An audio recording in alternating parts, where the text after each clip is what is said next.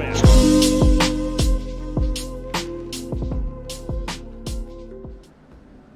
Yo, Good to what go. is going on, everybody? Yes, I think we are good to go. We are off and running. We are live. All of the VU meters look good. I think everybody should be able to hear us this time too. So yeah, let's go. That's a streak. That's a streak. Hell yeah.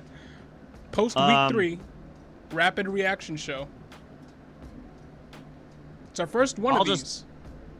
Yeah, this is the first time we're doing this. Our first Monday where we're doing a live stream. So happy to be doing this. Happy to be facing the community after some of our takes. Yeah, I'll go ahead. yeah. I'll go ahead, John, and just get this one out of the way early. I did take a pretty big L this week. Hey, you're not gonna get week. you're not gonna get a take like start A B week 1 every week. You are gonna have No. some hits and misses. It's part of the Yeah, It's part of part the of the game. process. Yeah. Part of the process. Had Tyson Williams as my start of the week, and I'll be honest, and John, you can attest to this. I almost was going to make it Marquise Brown, which would have also been a miss.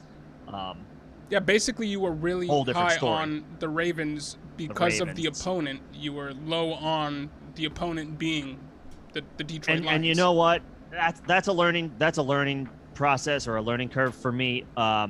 Just the Ravens played the Chiefs week 2 in an emotional primetime game. They hadn't beaten Patrick Mahomes and the Chiefs to that point. So eking out the win for Baltimore was huge. It was no question that Detroit was going to be a letdown game for them after that week 2 win. Yeah. I did not take that into account. The Ravens struggled on offense. They won the game, but it was a sloppy game. It wasn't a very impressive game on either side. You know, maybe the defense. Well, the Detroit defense, I'll give them credit, limiting Baltimore to 19 points. I did not take into account the letdown factor of the Ravens playing a team that's much more of a rival in the Chiefs than a team like the Detroit Lions. So missed out on that one, missed out on Tyson. Logic was there, results weren't. What I will say is, I mean, So sorry about snap that one, count, everybody. Snap count wise, Tyson was the clear winner in that game. If you go back and look at the snap counts of week 3, Tyson Williams had 29 snaps, Latavius Murray had 19, Devonta Freeman had 9. That's exactly what you're looking for, and percentage-wise, it's pretty much exactly the same as the snap counts from week 2 in terms Sure. of team percentage. So, again, the process was there.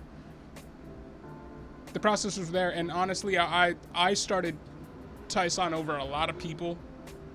I felt the burn on Sunday, but again, process over results. The process Sure. was there. Yeah, one of the guys I said, I appreciate the acknowledgement.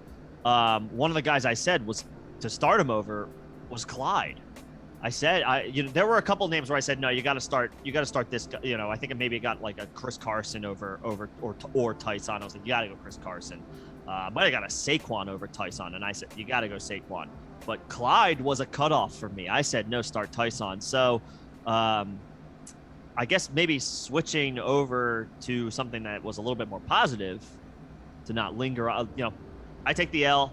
We acknowledge it. We move on. Well, I'll be better in my process. Before you move on, are Okay. you changing your process moving forward with him? Considering that the process was correct, it just wasn't the outcome in the box score. Are you changing your process moving into the next game with Tyson and with this Ravens team? Or are you counting it up as a bad outing against a tougher than usual, a tougher than thought of opponent and run him out there week 4? How are you approaching this situation? Yeah, I guess the Lions were up to the task. They were up to the challenge on Sunday. So kudos to them. But I'm changing my process in the fact of man, there's so many intangibles to keep in mind. And I see I think we have a question in the chat, so I'll try to keep this a little short. There's a lot of intangibles that go into it. Like I was just saying, Ravens coming off an emotional game, an emotional win week 2, then go on the road to an opponent that is nowhere close to being considered a rival for them, or even it's different conferences, right? So those are important to take into account. As far as Tyson this week, Baltimore's on the road against Denver, who they're on fire on the defensive side of the football to start the season. Yep. I know they've played some inferior offenses, but you got to take into account Denver's defense looks good. Based on my process, I'm moving away from Tyson this week. I would advocate that if you're on the fence between him and another option, you might go with the other option. So my process doesn't totally change, but there's definitely some intangibles that I need to take into account a little bit more. And it's obviously, hindsight's 2020. But it's true. You got if we're gonna do what we can to give you, the people, the advice that you need to win your matchups, then I gotta look at everything. I feel like I'm a coach in a press conference after a loss right now. I gotta look at everything. And so I intend to do that. But I feel like we've talked about, the logic was there. It just didn't happen. Yeah. I mean, it's unfortunate, and I'm not knee-jerking and putting Murray over Tyson, right? That's not the knee-jerk there. It's just stay away from Tyson week 4. But he's still the back to play as far as snaps go in that offense. But let's move over to this question here. So. We got a question from Easy Money Sicilian. What's going on, bro? Thanks for tuning in. I'm sorry I had a bad day in fantasy. Honestly, it happens. Happened to me in a couple of leagues this week. It happens. But let's course correct. So should I go with OBJ over Hollywood this week, or should I hang tight? And should I hang tight on JT? So Taylor. The easy answer on Taylor is yes. Maybe it doesn't feel very easy right now, but there's got to be better days ahead. For Taylor. That's the bottom line. The thing with the Colts is they need to. I mean, they're not as good of a team as they were last year, so the game script is not as much in Taylor's favor, or it might not be, because it's a downgraded quarterback, right? Philip Rivers today, retired, is better than Carson Wentz playing right now. And targets those short to intermediate routes that running backs operate in. So and at a much better efficiency level. Right. Rivers does. Wentz sails more throws than Rivers did. So that's something, and Taylor caught passes last year. I think he caught like 35 of them, 35, 36 of them. So he's not a slouch. He's not a zero in the passing game. So he can do it. Wentz has to get him the ball, and the Colts have to, I don't know, maybe the Colts need to feature him a little bit more. So you got to hang tight on JT. He was probably your first round pick, if not like a high second round pick. So rock with him for a little bit longer.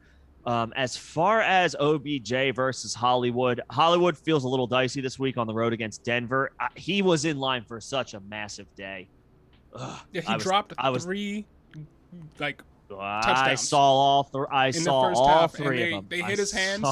It wasn't like they were slightly out of reach. They hit his hands, and it was concentrated. Sorry, it was a concentration thing. It was rough. Yeah, it was rough. So who does Cleveland play this week? I'm looking this up right now. I don't know. I don't have that up right here. As far as for OBJ, they're on the road in Minnesota. So yes, the answer is yes. You play. I would right now, today. I know it's only Monday. I would play Beckham on the road against the Vikings, who are scoring points and also not as scary of a defense. So like a little bit of a double whammy there. Again, as opposed to Hollywood on the road against Denver in a tougher matchup. I got to go Beckham there. And no Jarvis Landry. Beckham looked. Yeah, we watched it live too, bro. We watched it live too. We saw it. Yeah, we saw it. Yeah. So, gotta play. I was talking about Odell. No, I'm just responding to his. He threw in the chat that he saw. The Marquise drops too. Yeah, we both saw him, bro. They weren't. We pretty. saw what? Yeah, it was rough. Yeah. And compounding the Ravens receiving room now is the fact that Rashad Bateman's going to start practicing ahead of the Week 4 game, so he's due to come back from IR from the groin injury. What I will say is that Lamar is on pace through 3 games for more pass attempts than he's ever thrown. His previous high was 401 in 2019 when he was the MVP. He's on pace for 464. So he's on pace for 63 more attempts through the air, right? That's like 4 or 5 a game. So right. So even though Rashad is coming in, I mean, Brown is you said it coming into last week. It didn't look like it in week 3, but he is their number 1 receiver. Yeah, for now. Right. But for as far as week 4, you go Odell. You go Odell. And what you go Odell. I was leery about starting him this week, but he came through at double-digit points in half PPR. So over Hollywood for week 4, no Jarvis Landry for the Browns. On the road, Browns are going to have to throw probably a little bit more than maybe they normally do. Yeah, Odell over Hollywood. I think. Yeah, and Odell's been getting at least now early in the week. Odell's been getting the Jarvis Landry treatment. He was active on the ground. He was active through the air last game. So they're looking to get him involved despite the injury. So yeah, I think you go Odell here, and you don't really think about it too hard, and you hope that Marquise Brown has a bounce back game and gets back to where he was, because he was doing really well. But Rashad Bateman is back in the fold, and Mark Andrews had his first good week of the season. Yeah, he did. He came through. And the run game was not working, right?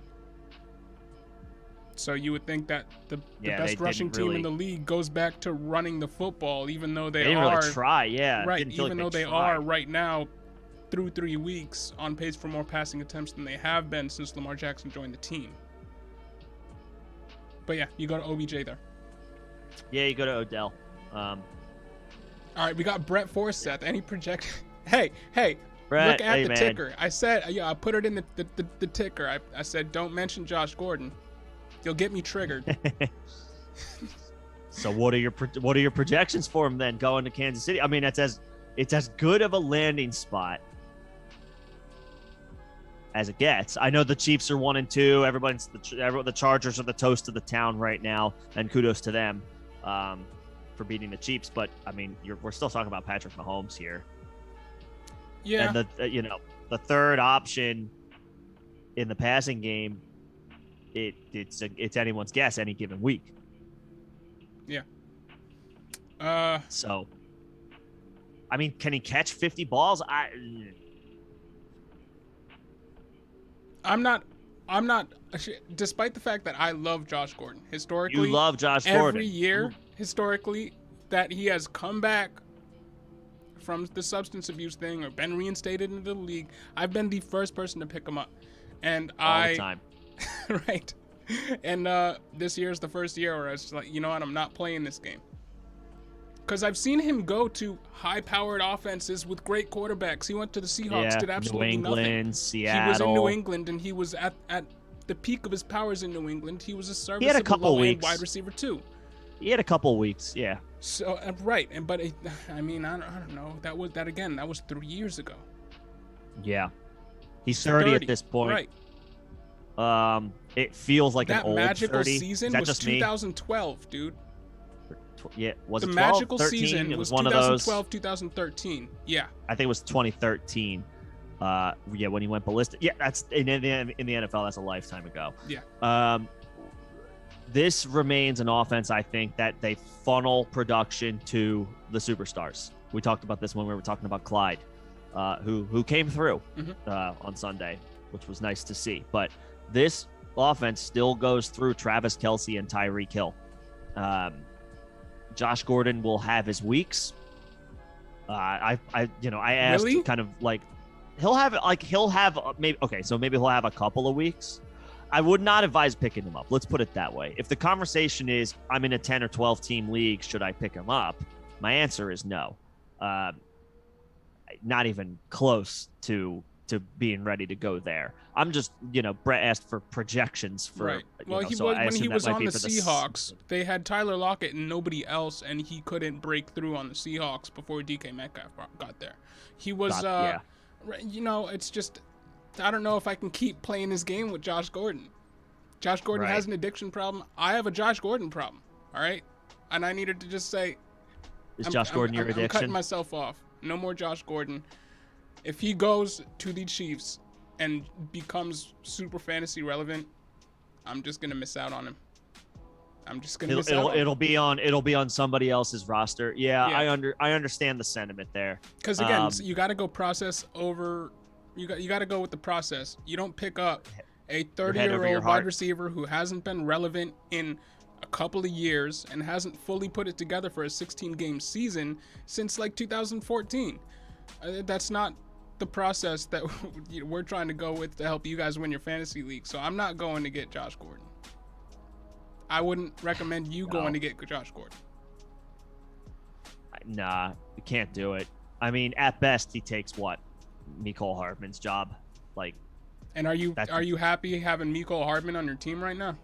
No, I know he scored on Sunday, so kudos to him. But like the week-to-week inconsistency is it's too paramount for me to be invested in the Chiefs. At best, third option in the passing game. Like history proves itself. And it's not like this extensive history with Mahomes. He's only been in the league 5 years, but started 4 years. It's all Kelsey and Tyreek Hill, with the running back sprinkled in a little bit. I can't advise investing in Josh Gordon at this point. I can't advise picking him up using, fob on him in a dynasty league or in a league with 30 bench spots or 20 bench spots. Sure, like go ahead and take your shot. But 10, 12 team redraft, nah, there's no way. Even if you got 20-man benches, I mean, I'm still not at the point where it's, 30 years old, first time with the team, never played with an Andy Reid offense, has he? Andy Reid offenses are tough to learn. I don't want to continue to spend too much time on Josh Gordon because, again, I put it in the ticker. You guys triggered me. This happened. It's Where Brett was he Forseth. It's your fault. Where was he? Where was he before New England? Before New England, he was out of the league, and then it was Cleveland. Out of the league, Cleveland. He traded to New England, and then he was cut from New England, and then signed by the Seahawks. Okay, so it was Cleveland to yeah. So I was trying to think if there was like an Andy Reid. You asked if had he run an Andy Reid offense. Was there a connection in there? No. The answer is no. So he's going to take it's going to take several weeks to learn the offense, and then maybe be a factor. So week 7, week 8, you're looking at some type of contribution at best. Look, I root for Josh. I hope Josh Gordon does well. I hope he does, but I'm not touching him for fantasy. I root for Josh Gordon the person. I just hope that I root for Josh Gordon the person as well, and the player. I hope he does well. It's just in the league. No way. But he's not going to be playing for my fantasy team. So let's move on. Not even with Mahomes. Joss Whedon says Tanny broken. I thought Julio would have a better day with Brown out. Hey man, me too. Yeah, me too. Me too. Nobody saw, what was it, Nick Westbrook leading the Titans in receptions. I mean, we saw Julio Jones not on the field in the final quarter of the game at points because apparently they didn't want him out there blocking. So, that's weird. I was just looking up Tannehill's stats from the game. I actually wasn't sure of them off the top of my head. So about almost not quite 200 passing yards, not great, but he threw for 3 touchdowns. I think you got to take the opponent into consideration a little bit here. I'm sorry. The Colts stink. The Colts stink. Hold on, Carson Wentz stinks. I'm going to be out of the picture for a little bit, but I'm still here. Okay. Put a light on while you're at it. Yeah. The Colts are an inferior opponent. The Titans won this game, I think, with some relative ease. Tannehill didn't have to do that much.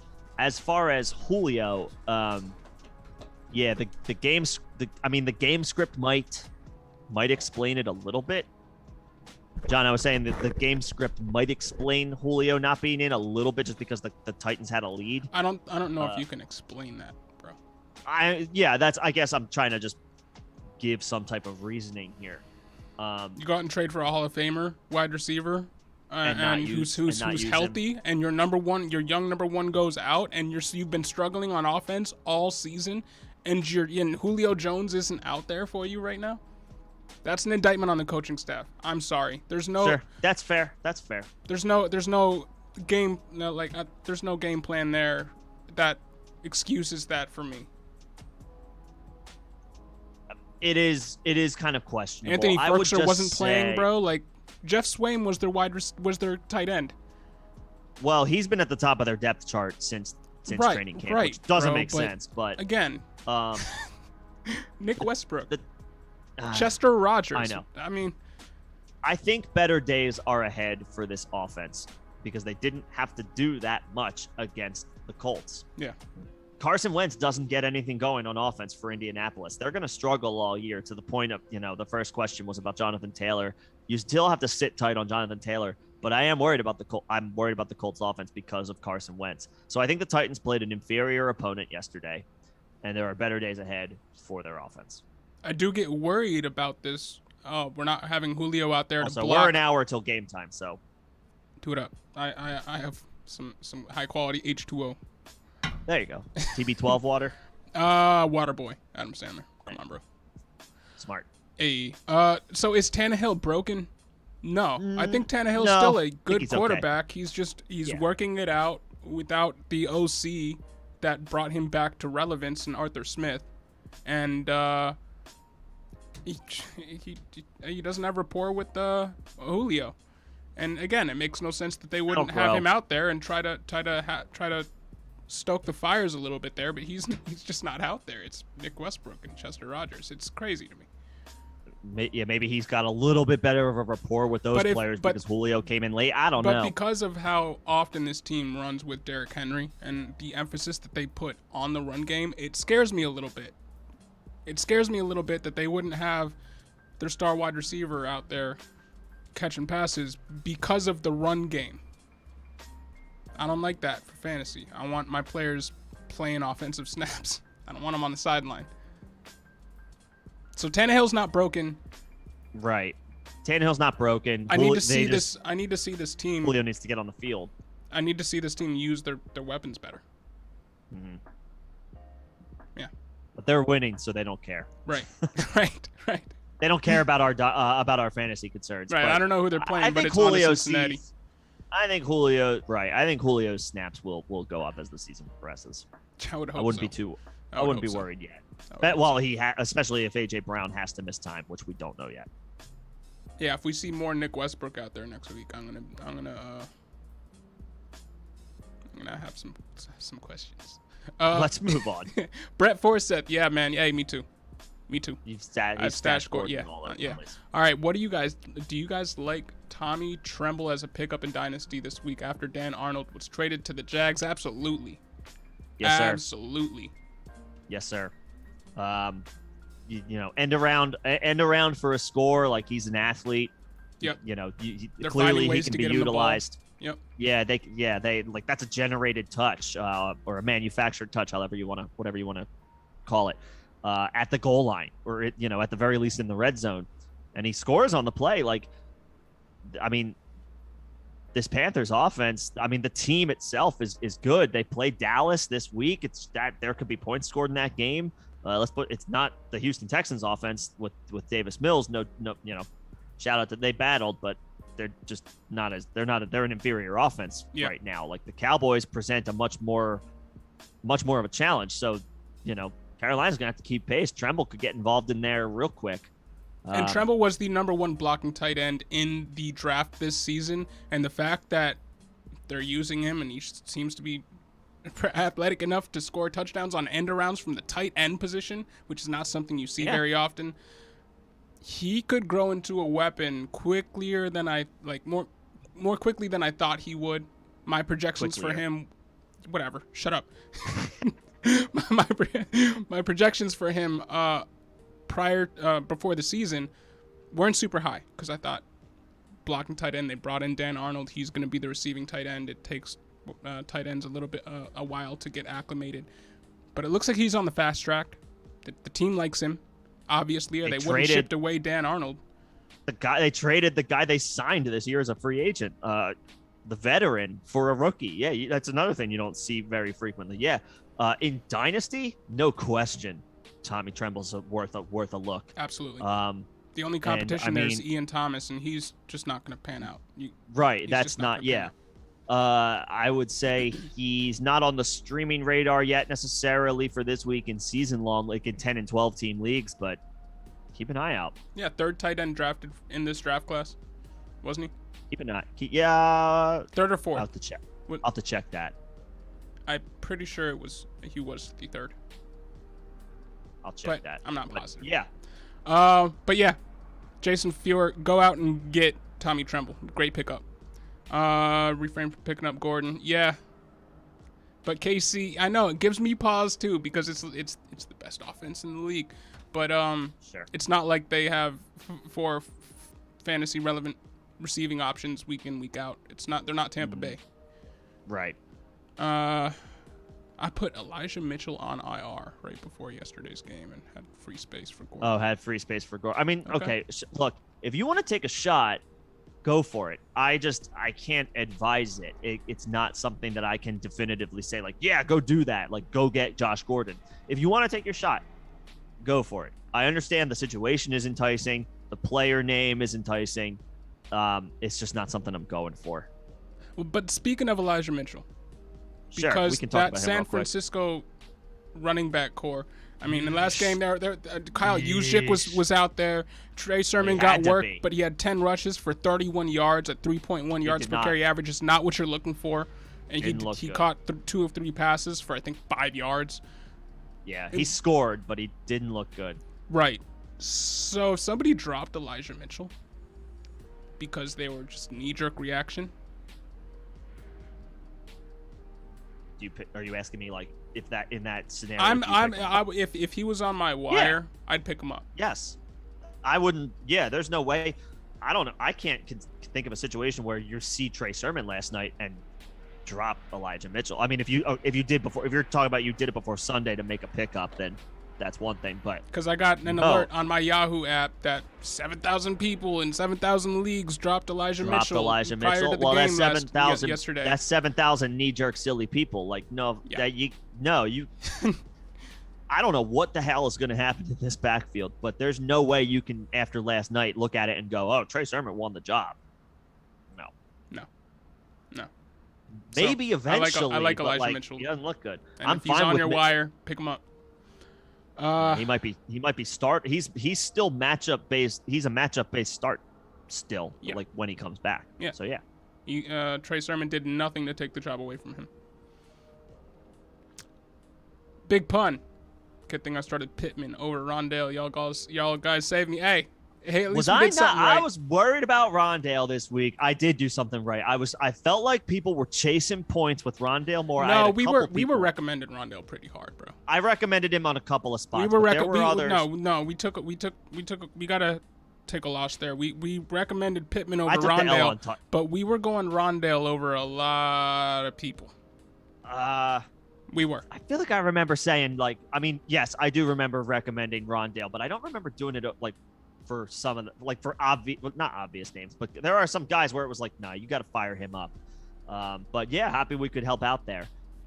Yeah, I took a few L's this week with some of my takes. Hey, it's gonna happen. But again, we talked about it at the top. I'm working to get better. The Cardinals are an offense that does support 3 fantasy relevant passing options. They do. Yeah, well, AJ Green was once again fantasy relevant. Right, this and week, I so- would doubt on it not being an AJ Green week more often than not.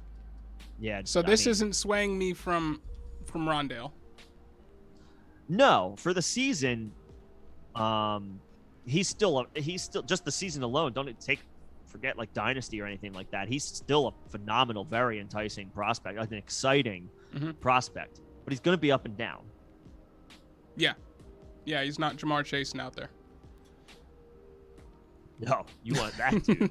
Oh, baby, he is good at the football. He is good at the football. So Brett Forsyth, Chuba Hubbard. If that's a waiver, if that's something about waivers, or we both touched on Chuba Hubbard in individual videos. Yeah, we got 2 will be longer talking about form waivers videos tomorrow. We got 2 longer form videos out. One, just a Christian McCaffrey's out backfield breakdown where you it's hear a a little backfield bit about breakdown. Royce Freeman.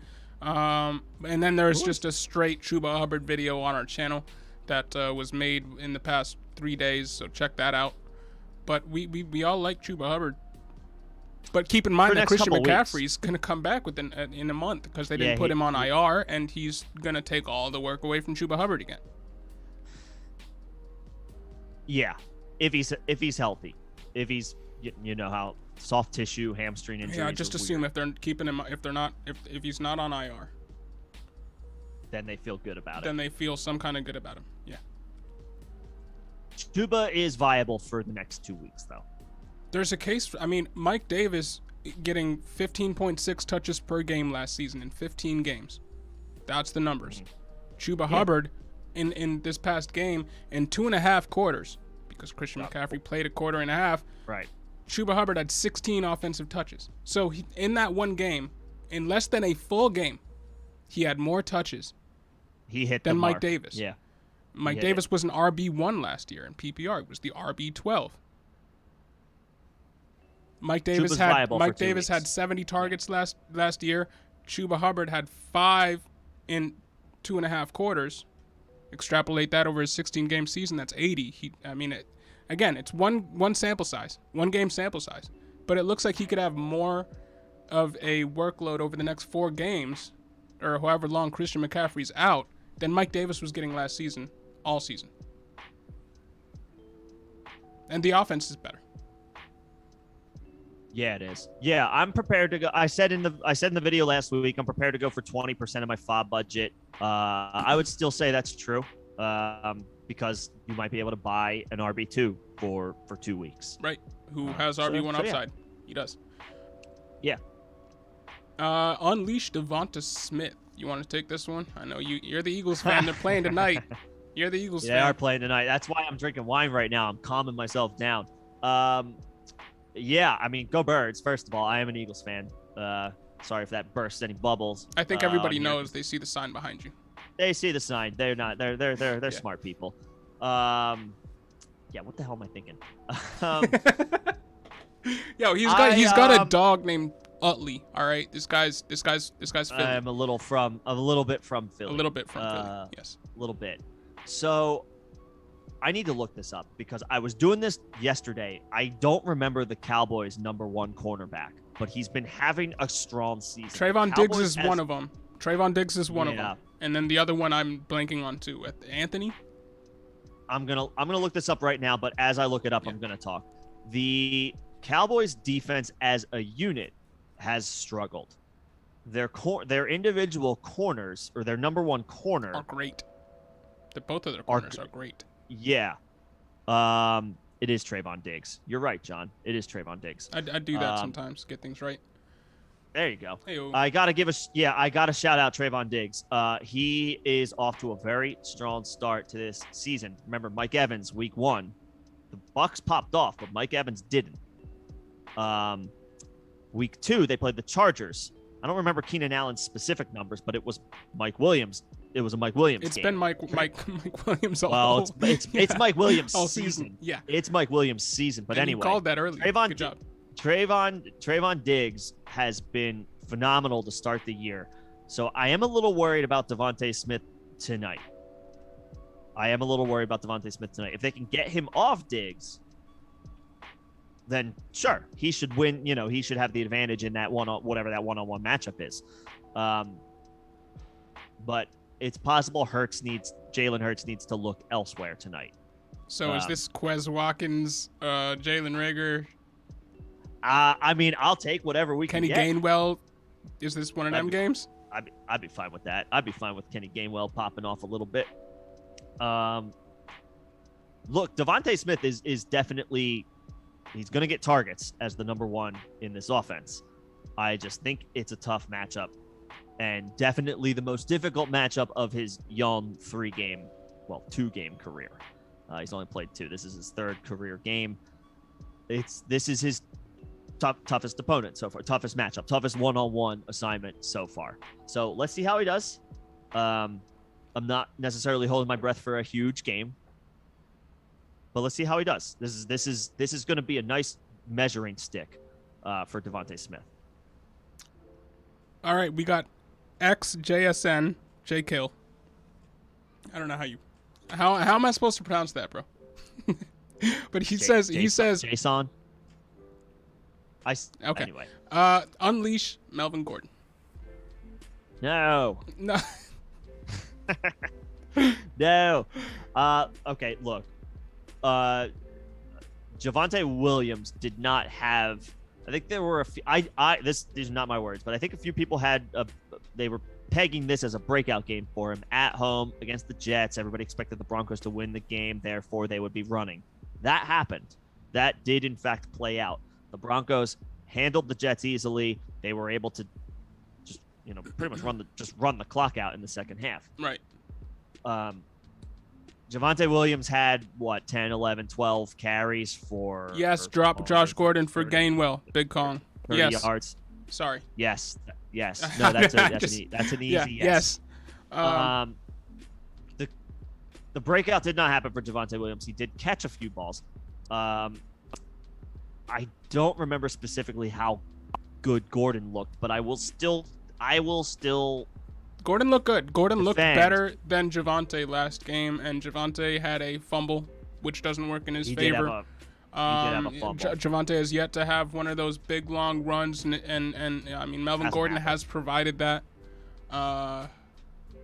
There's been a little bit more stability with Gordon. I will say Javonte has looked better in 2 of the 3 games. The first 2 games, I know Melvin Gordon had the 70-yard run against the Giants. Outside of that, Javonte looked better. Yes. Has looked better, has looked like, hasn't had a huge run, but has been moving the chains, picking up chunks of yards with his carries. It hadn't all been like 2-3 yard gains up until yesterday. And the Jets have a respectable front 4. That might be the only thing respectable about their team. But not the game you were expecting from Javonte Williams. I do think this is going to be more of a timeshare, a bit longer than I anticipated coming into the season. So I don't think Melvin Gordon is about to be unleashed, nor do I think Javonte Williams is going to be unleashed yet. It's going to take a little bit more time. It's a full-blown timeshare. And that's what a lot of people were saying coming into the season before the Javonte Williams hype, and everybody started dumping on Melvin Gordon. But I mean, Melvin Gordon, he still got it. I don't think he's going to be unleashed, but he's still got it. Big pun. Should I bench A-Rob and Woods? They are costing me my league. I have Ayuk, Chark, and Corey Davis, and I can pick up a player on waivers like Emmanuel Sanders. If you can do that, then do it. I would do it. If you can do that, do it. Don't drop. I wouldn't drop any of the guys you mentioned. Is Cole Beasley out there too? Just got to ask. Yeah, true. I'd rather, if I'm going in that offense and I'm going for one of the waiver wire wide receivers, I'd rather Cole Beasley over Emmanuel Sanders. Who are the Bears playing this week as far as A-Rob? I don't know. Chicago is... But last week, man, that was a tough matchup for a rookie quarterback coming in playing his first game in the NFL. He's playing arguably the deepest defense in the NFL. Yeah, that kind of felt like how many first rounders? Matt Nagy. How many first rounders are on that defense? A bunch. I mean, isn't Jadeveon still there? Myles Garrett's still there. They got Allen in the middle there. Allen in the middle there is incredible. They got a great defense. 4 or 5. Yeah, the Browns have a great defense. Maybe the most complete defense in the NFL right now. And the Bears O-line wasn't up to it. Yeah. No. So Allen Robinson gets the Lions at home this week. So this is a get-right opportunity for the Bears. If Justin Fields is the quarterback, I guess right now I'm a little nervous about that. I can't believe I'm saying this. But if the Bears go back to Andy Dalton, then I might actually feel a little bit better right now about Allen Robinson, because there was a report from Nagy. Nagy came out and said today that all 3 of the quarterbacks on our roster could start week 4. They can't. He threw Nick Foles in there too. Yeah, and I was just about to say, I don't think the Bears are prepared. I don't think the Bears coaching staff is prepared to coach Justin Fields. And that is on them. That is a failure by the Bears. I don't think the Bears coaching staff is ready to coach. Much less Justin Fields. I just don't think. No. They're doing the same thing to him that they did to Trubisky. What's the difference? Matt Nagy should probably lose his job. And when I say probably, I mean Matt Nagy should lose his job. They're not setting him up to succeed. And it's maddening to watch, because I am very high on the prospect Justin Fields. Yeah. We need to temper expectations right now because of the Bears coaching staff. So if Justin Fields is the quarterback, you might have to you might. And we will get to this as the week progresses, but you might have to bench Allen Robinson. And Robert Woods, I mean, this was a game that we were all saying, hey, this is the Robert Woods game. And then Van Jefferson got a ton of targets, and Deshaun Jackson went off.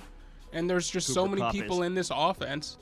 Cooper Kupp is the wide receiver 1 right now. Right. Who would have seen that coming, man? Jeez. What did he have? I'm just looking at, 6 targets. I mean, he had 6 targets. I'm just trying to find the silver lining in what was a very disappointing performance. Yeah. Remember, the Rams, as it turned out, this was not the shootout that we expected. Points were scored, but the Rams had this game. They were in control throughout. Right. That played a role. That played a factor in Robert Woods not having a huge game. 6 targets. Didn't do a ton with it. I am more confident about Woods just because of the quarterback that he's attached to. I know it hasn't happened yet, but we're still only 3 games in. Like, don't trade Robert Woods for pennies on the dollar. No. He's the guy I would say we gotta I know we were both pumping him, John, for this week, but I'm gonna double down. He was one of the wide receivers I was high on most coming into the season, and it just so happens that we got the Rams receiver wrong. We thought it was gonna be Robert Woods being wide receiver 6 and up. We thought it was gonna be in, and it's Kupp. I was not anticipating Van Jefferson being so involved in the offense in his second season. He is very involved. I think for week 4, I was not, despite the fact that we were proponents of Sony Michel, I was not anticipating him getting 20 carries. No. I think for week 4, if Justin Fields is the quarterback, you have to seriously consider playing a guy like Ayuk, who came back from the dead last night, over a guy like Allen Robinson. But I would keep Woods in my lineup until it's like 5, 6, 7 weeks in a row where it's disappointing game. I have to believe in that offense and that quarterback. Stafford's playing at an unreal level. Woods can't have these floor games all season long. Woods is the guy I would keep in my lineup. Allen Robinson is officially teetering. And that's crazy because he's had bad quarterback play the past 2 years. We've been so high on Allen Robinson for years. I feel like I say that every live stream. Allen Robinson was wide receiver 12 the last 2 years, but we can't trust him now. And I mean, the other wide receivers you have on your team, Corey Davis. I mean, you can't trust anybody on the Jets. I'm sorry. I was high on Corey Davis. Can't trust anybody on the Jets. And Chark is not the number 1. I would go Ayuk. Yeah. I'd go Ayuk right now. Right now, if Tim Patrick is out there, and this is a situation that we have not mentioned. That's a good point. This is a situation that we have not mentioned. KJ Hamler. We'll get to him on Tuesday. We'll get to him tomorrow. But go ahead, finish your point. Yeah. We'll do KJ Hamler tore his ACL. He's out for the year. Jerry Jeudy still out for the foreseeable future. So it looks like in 2 wide sets, it's Tim Patrick and Courtland Sutton. And Courtland Sutton has had 1 great game and 2 meh games. And Tim Patrick has had 2 touchdowns in his first 2 games of the season. And then yesterday he had a 98-yard game. He has been the most consistent. Check if Tim Patrick is out there. He's been the most consistent wide receiver on the Denver offense by far. And yeah, if he's out there, go and get Tim Patrick. But we'll talk more about that in our waiver wire show. Tomorrow. Yep. All right, Will, would you trade Damian Harris for Gabe Davis in Dynasty? This is something that I did. Will's Yeah, thanks, Will. We know this. We know this. Joker. I did that. I traded Damian Harris away for a pick and Gabe Davis in Dynasty. You got a pick out of it, so you were enticed by it was before the Sony trade. So keep that in mind. It did look a little bit better on my end. But no, it's not looking great right now, but it is Dynasty. And I bought a 22-year-old wide receiver on the Bills. So I'm waiting it out. But thanks, Will. Yeah, thanks for that. Thanks, Will. We can move on. Big pun. Let's go Bird Gang. Yes, sir. There you go. Go Birds. I don't know. Go Birds. Jason Fewer. Hey, thanks for the comment there. Yeah. Happy to help. Jaws, it's fun to look at the rookies. Yeah, it is. Especially once you didn't think we're gonna pop off, and now they look like they're in a great situation. It happens. You see the ones that you chart out, and it's like, oh, that guy's doing awesome. Like, Yeah. it's a fun process. Joss Whedon, Anyway. 20-point lead tonight. His Pollard versus my Sanders. Do have Gainwell on the bench. Safer floor if he's getting the catches. No. Still got to go Sanders. He's still the number one. You already have the lead. Play Sanders. Yeah, play Sanders. Yeah, play Sanders. I love Kenny Gainwell, but play Sanders. I have Denver's DST and the Ravens DST. They play each other week 4. Which one would you start? I mean, I'm always so in that scenario. I guess I'd be a proponent of the home. Yeah, team. all right. Well, Will's just texting me. It was after the Sony trade, so thanks, Will. Okay. I thought it was before. I thought it was before. But, I thought it was okay. too. So I'm gonna catch myself. I almost just said in between Denver and Baltimore defenses, I was gonna say like I go with the home team. I'm gonna let me retract that. I would opt with the team that I think is going to win the game. That's a lot of times, not every scenario, but a lot of times I try to look at a defense. Who do I think is going to win the game? Because if I think that team is going to win the game, the defense is going to have opportunities with a lead to try to force, and then the offense is much more prone to making mistakes. Yep. That's what I try to look at. So right now, that might be a coin flip, or maybe the Ravens are like a 1 point, 2 point, like a real small favorite on the road in Denver. Who like Denver's maybe not as good as Baltimore, but they're at home and playing well. So I would say maybe Baltimore's like a 1 point, 2 point favorite. So right now that's a toss up.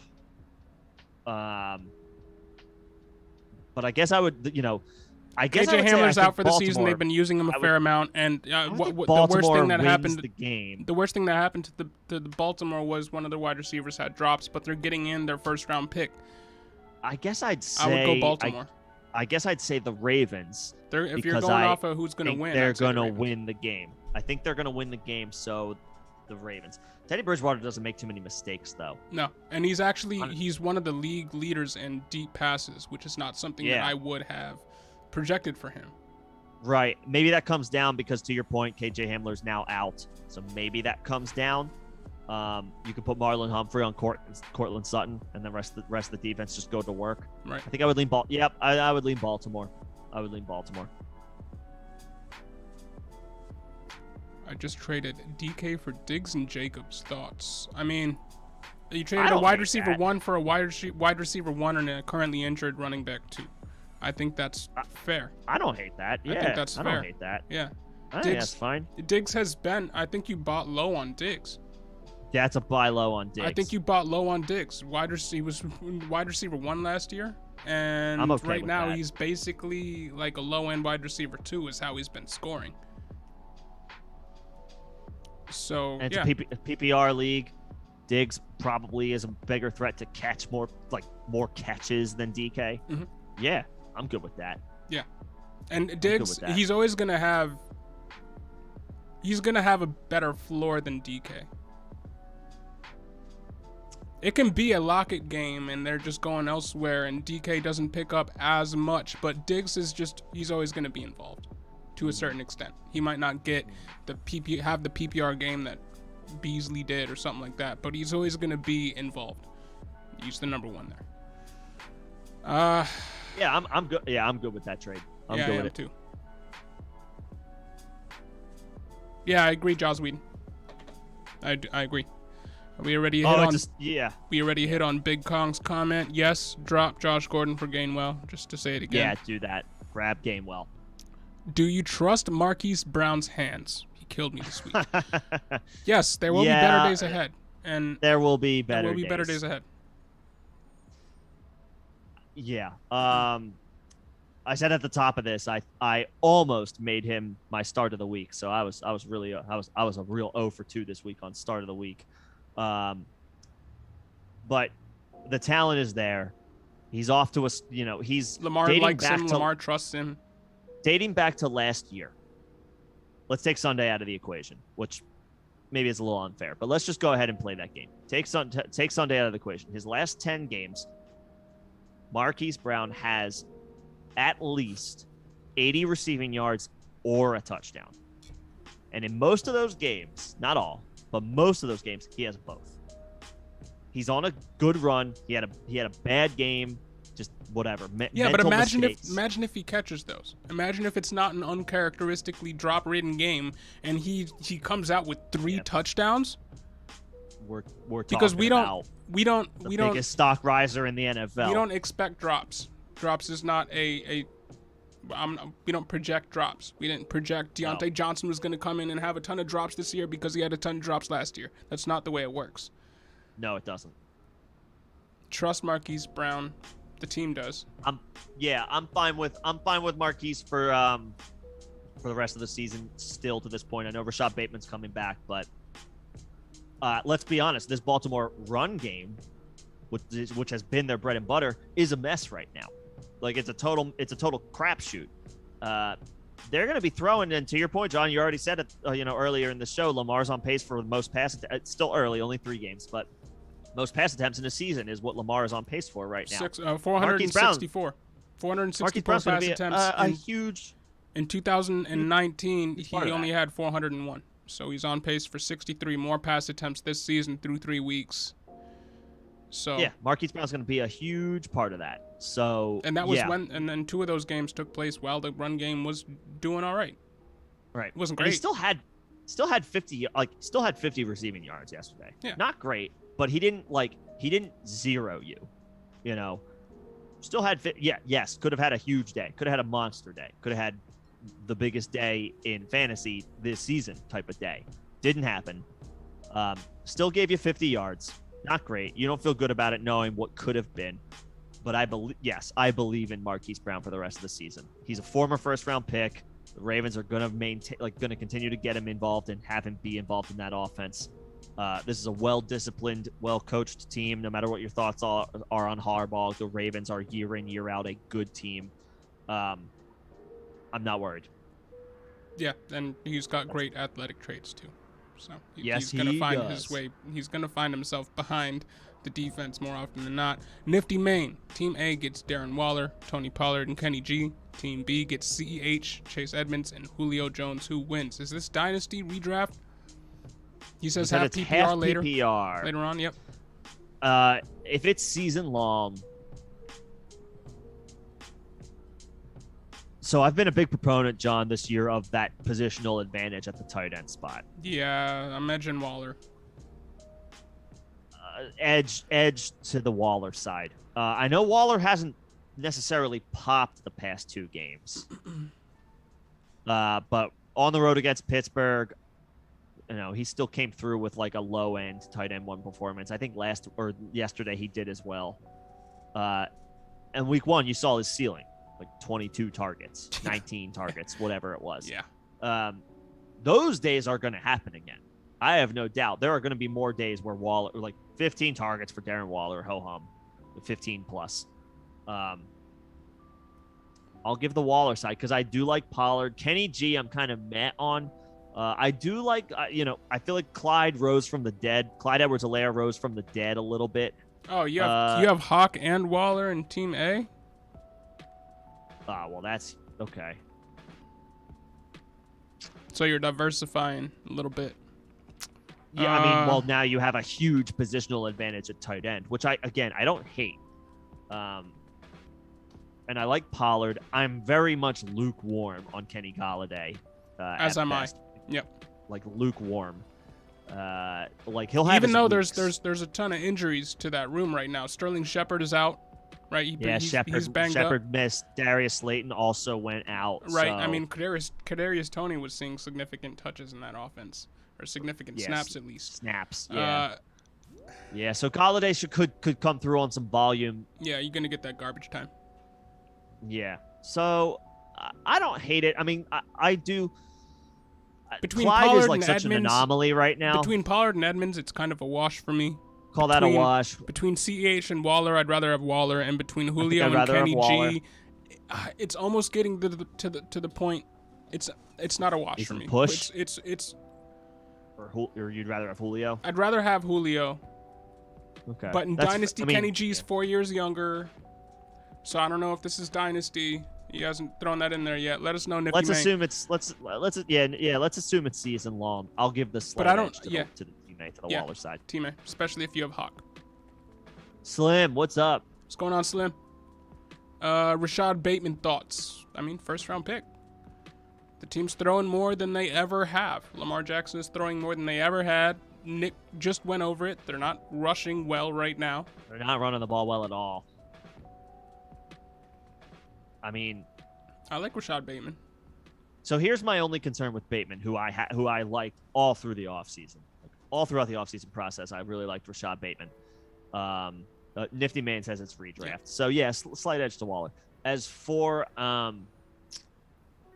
Bateman, I'm just a little concerned because we're talking about a rookie who missed valuable time, not just in the preseason, but in training camp too. He missed valuable time because of this injury. Like learning the offense, getting snaps, getting a rapport with his quarterback, being a rookie, all that goes into being a rookie in the NFL. Yep. He missed time there. Missed time in training camp, missed time in the preseason, now has missed the first 3 games. We still got a lot of time. There's plenty of practice time during the season. Obviously he's been in the room, he's been in the facility even while injured, so it's not like he's doing nothing. But he's not physically out there is my point, right? Like that's Yeah. I feel like 9 times out of 10, most players are like, no, I need the reps. Like the way you get better is the reps on the field. You got to actually be on the field. Duh. So Yeah, I'm a knowing little your concerned playbook is nice, but there's no substitute. Right, you got to actually be able to do it. I'm a little worried for Bateman to in his return, like immediately, like right away. I think we could be looking at some quiet weeks to whenever he re-enters the lineup. Long term, I love the prospect. He's their he's going to be their X receiver, or he should. I think he projects. I love the X. prospect too. I think Rashad Bateman's return detracts from the other people in the offense more than it is a boost to him right off the bat. I know Mark Andrews had a big game last week, but I think I have him in multiple places. I think he dips back down a little bit because he's the big target. They went his way after Marquise Brown wasn't working, but if they have a first-round pick and Rashad Bateman out there, who's a big target himself, it's going to siphon away some of those targets. And this team, despite the fact that they are throwing more than they ever have, it's not like 464 pass attempts is leading the NFL. Nah, not teams even close. teams are passing, with the way that things have turned in the NFL, teams are passing more often than not, and over 500 times. 500, Easy. 550 attempts for some teams too. So this team's passing more than they ever have. Will it be enough? They also have Tylan Wallace, who's new. They're still throwing to Sammy Watkins and Devin Duvernay. Duvernay, nice catch for a touchdown this week. Yeah, because there are a lot of weapons here, this team doesn't throw a ton, and there's a, it could go to multiple different people because they don't hyper target anybody. Rashad Bateman's return is going to muddy the waters. Yeah. I mean, I'm definitely like him as a prospect long term.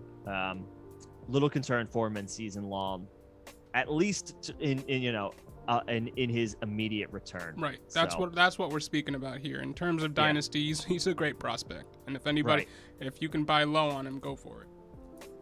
Slim, yeah, I'm sorry, dude. The Tyson start of the week was a loss. I took the L pretty hard on that one. I did touch on that. There were some intangibles at the top of the show. I touched on it. There were some intangibles that I did not take into account that I probably should have. The Ravens coming off an emotional win against Kansas City, then going on the road to play Detroit, which is the opposite of what the Ravens might consider a rival these days. There were a couple of things that I should have taken into consideration there. And then just Tyson just did not deliver. So that's my bad. I am with you. I think Amari Cooper, I'm a little worried about Amari Cooper tonight just because I've seen reports that his ribs are bruised, and I've seen reports that his ribs are cracked. So I'm hoping it's the bruise. I don't want him to actually be, physically hurt. I don't want him to be injured. But yeah, he's got a history of torching the Eagles. I imagine they'll inject him with some type of pain relief and they'll give him a flak jacket or whatever. Yeah, he's so gonna be all tramadoled up. I mean, his over/under for the game is 5.5 catches. Yeah, he is. So Vegas clearly believes that Cooper won't just be, like a decoy in this game. He should be involved. And again, he's got a history of killing the Eagles ever since the trade to Dallas. So, I hope you pull it out, Slim. I'll be better on my I'll be better on my starts. And again, of the week, hopefully moving forward with that Tyson, a bad game, but he still had 10 more. He still played 10 more snaps than any other running back for the team. He still led the team at the running back position in snaps by a large margin. The process was there, the results weren't, and it goes that way sometimes. But we'll try to be better and at identifying possible pitfalls, because I intend to be better. Yep. Yes, so I do. Quentin, with James White, is he done for? He's out indefinitely, and he has hip subluxation, which is the exact same thing that I don't know what subluxation is. It's basically a small. I looked it up because I didn't know either, but it's the same thing that Ryan Fitzpatrick had, right? That's why it was like, oh snap! I've heard that before recently. What is subluxation of the hip? It's a dislocation. It's a slight dislocation of the hip. Okay. What was the timetable for Ryan Fitzpatrick? Wasn't it 6 to 8 weeks? Week 10. Week 10. That was right, and he's not running the ball. Hurt week 1. He's gonna take snaps, stand back there, throw the ball. I would assume that a running back needs strength and balance in his hips a lot more than a quarterback does. We could be looking at a long absence from James White. He might. I mean, this might be fantasy. Please coming back for the fantasy playoffs. And they could even decide, as an older player, isn't he 29 now? They could decide to maybe shut him down. I don't know. It's tough. It depends on the severity of this hip subluxation, because we don't know. They just say he's out indefinitely. But if Ryan Fitzpatrick is dealing with the same injury, and his timetable was week 10, it's harder for a running back to play in the NFL than it is to play quarterback. On a hip. Yeah, it is. And James White was a guy that we really liked coming into last week. We recommended him multiple times. For the rest of the season. Right. Yeah, for the rest of the season, not just I mean. And in his place, Brandon Bolden led the team in offensive snaps from the running back position. What was that all about? It was because he was active. Ramondre Stevenson was not active. They didn't give it to J.J. Taylor. Damian Harris. And Damian Harris. He doesn't catch passes. And they were up tempo offense playing against the Saints because the Saints were up. It was another one of those. They had a deficit. They were trailing. Right. That won't happen every week. But so now will Damian Harris get the proper workload since White is out? No, this team loves to run with multiple running backs, and they will continue to do so. It doesn't look like if yesterday was any indication, which maybe it's not because they had to do something different on the fly, but if yesterday was any indication, I'm not sure I can go there. It's almost like Damian Harris is like kind of game script dependent, which sucks. And we knew that. We knew that. Yeah, we knew that. But he's not gonna get increased workload like say in the passing game. No, this is why they have J.J. Taylor. Ramondre Stevenson wasn't even active. They're gonna have him active for this game. I don't think it's gonna be another Brandon Bolden game. I think that was just because he was a running back that was active on special teams for the game day, and they didn't have anybody else who was quite as versatile, so they threw him out there. I don't anticipate that happening every week, but I don't think it all goes to Damian Harris, unfortunately. I know Will, if he's still out there, would love that. But that's not the case. Yeah. I see one more comment in here from Roth. Got the feeling MVS is going to get rolling soon with A-Rod. They got to have somebody else. They can't just keep funneling it to Devontae. Beautiful throw. It's a beautiful throw to MVS for the score. Yeah. I mean, how is he like 6'3"? He's big for being really fast. Yeah. I do not know how tall MVS is. I think he's like 6'3". He's pretty big for a dude for as fast as he is. I mean, yeah, he's got to like overcome some of the mental mistakes, like when he gets downfield. He's 6'4". I mean, the dude's got all the size is there. Yep. Like, sure, yeah. Like to your point, John. Somebody other than Devontae Adams has to do this. Has to step up. Has to get involved. Yep. I mean, he's as good a candidate as anybody. It's not Randall Cobb. I'm sorry. I've loved Randall Cobb throughout his career. Randall Cobb is dust. No. And it's not Amari Rodgers yet. Not yet. No. Aaron Rodgers is going to be long gone. Robert Tonyan has been a nice tight end. He's going to have some games where he's not a hyper targeted like he was last season. So MVS, yeah, he could see some run. He could absolutely see some run as a wide receiver 3. Wouldn't you say wide receiver 3?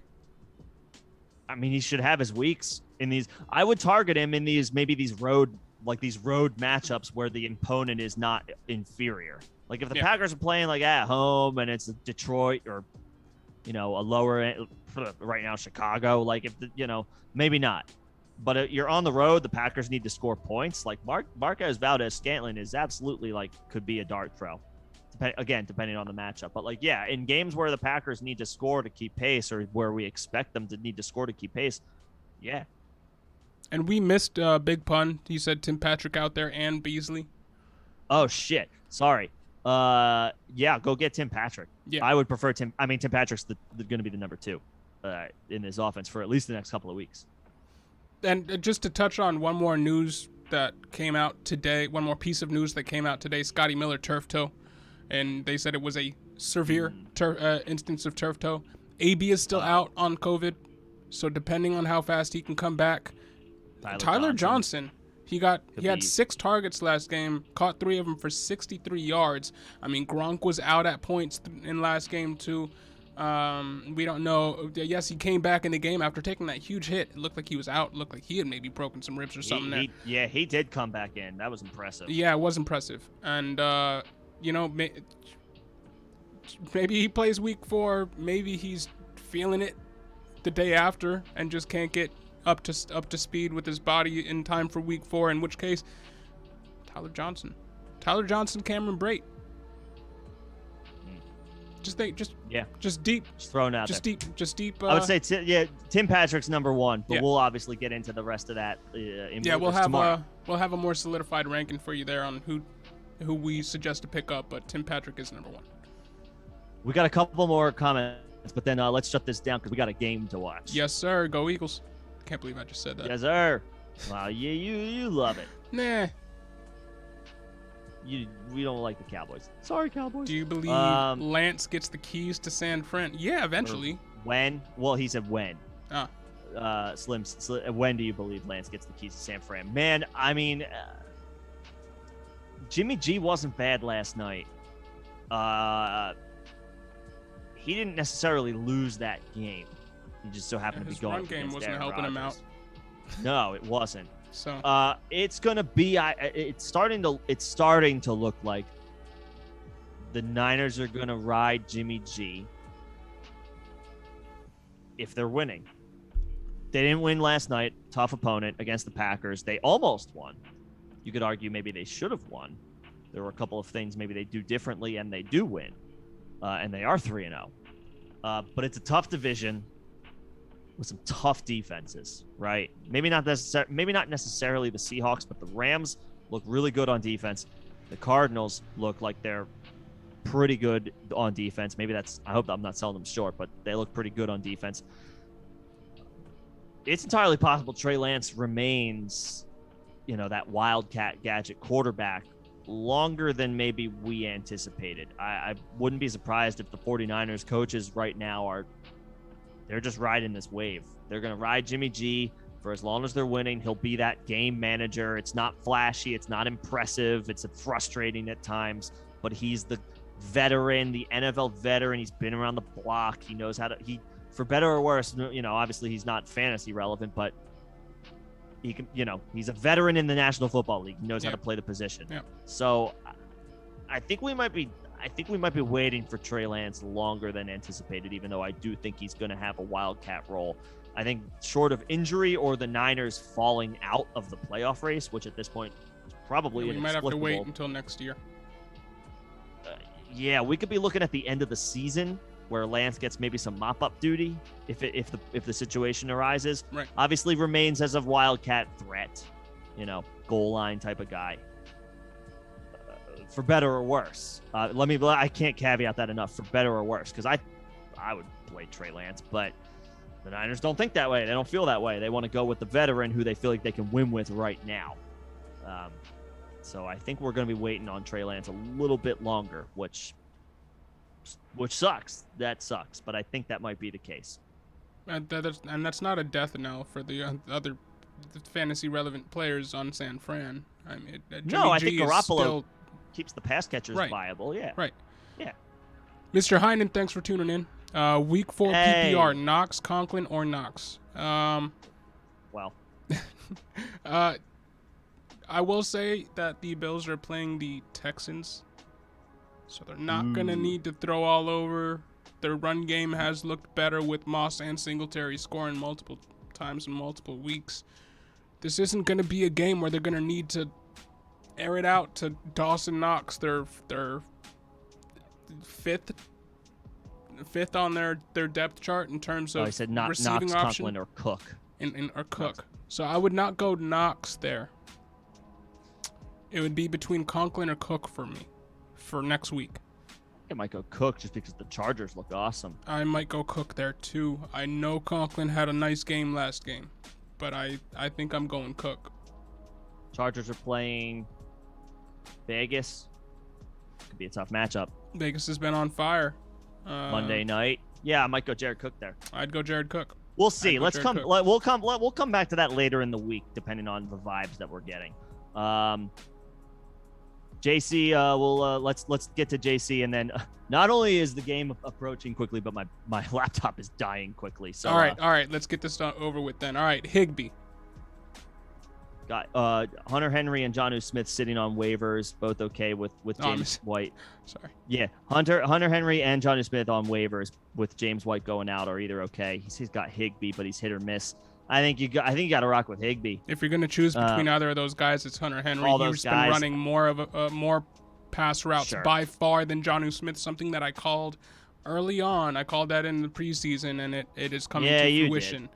And you said, "Oh no, Jonnu Smith." So I did like Jonnu Smith. Yeah, I still like Jonnu Smith, the player, but Hunter Henry is running more pass routes, and while they did have the same amount of targets, you got to go if you're picking from one of the two, you got to go with the guy that's running more pass routes by far. So and that's Hunter Henry. But I would still stick with Higbee because he's been a consistent piece of that offense, even though they've been shifting pieces around and using Djax this game and hyper targeting Cooper Kupp. Higbee's been getting that work. Yeah, stick with Higbee, but Hunter Henry, I agree at this point is the better waiver add if you want to add another tight end. Real quick, Mr. Heinen, thoughts on the Justin Fields situation? We kind of touched on this already. It's fireable offense by the Bears coaching staff. Fireable offense by the Bears coaching staff. I'm not worried about Justin Fields, the player, the prospect. I think they came in with no real game plan. Like, that game plan was a joke. It was an embarrassment. So Matt Nagy's trying to get fired. Matt Nagy might be trying to get fired. I think Fields will be fine. I don't know if I can necessarily say he'll be fine this year now, which sucks. But we're dealing with a bad coaching situation in Chicago. Matt Nagy is a moron, needs to be fired. I wouldn't be worried about Justin Fields, but I'm almost worried. I want him to be long-term okay. I don't want them to ruin him in his rookie year. So I'm almost, at this point, I wouldn't even be like so opposed to them going back to Andy Dalton if he's healthy. Right. You don't want a rookie Justin getting Fields sacked for the 9 next times coaching staff. Save Justin Fields for the next coaching staff. Matt Nagy is a joke. You don't want your rookie prized quarterback, highly drafted first round quarterback getting sacked 9 times a game. It's not a good look. It's not a good look. I'll say it again. They're treating him like they treated Trubisky, and now Trubisky's a backup. I really hope the same thing doesn't happen to Justin Fields. I really don't. No. But that about wraps it up. Thank you all for tuning in. Yeah, that's our show. We have another show coming your way tomorrow at around the same time. Our Waiver Wire show. Yep. But thank you for tuning in, If any of you guys got players playing this tonight, I hope you win your league. Yeah, but I hope you do well in your matchup. Enjoy the game. Enjoy the game. Enjoy Monday night. We'll see you tomorrow. Thanks, guys.